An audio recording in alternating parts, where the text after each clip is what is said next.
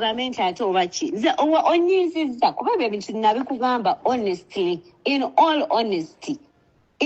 honesty gwe ewa Irene nze siraba snap z'abantu era nze simanyi na snapchat ya Shira eyo Shira TV price simanyi snapchat ye sirina simu ya Shira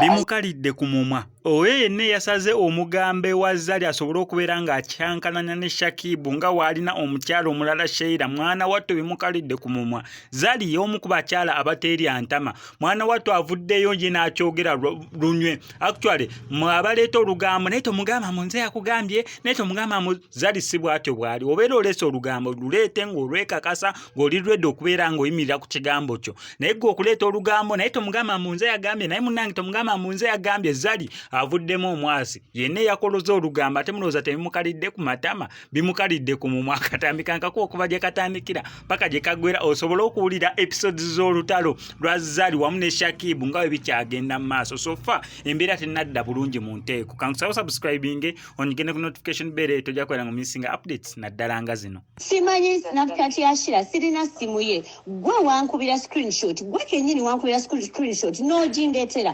n'oŋŋamba bannayira babawala beetegera mu dduuka lya bbaawo gwe kennyini wabiŋŋamba nze nali sibimanyi sibira I don't watch anybody snap zembadde ndaba zibadde za Lutaayi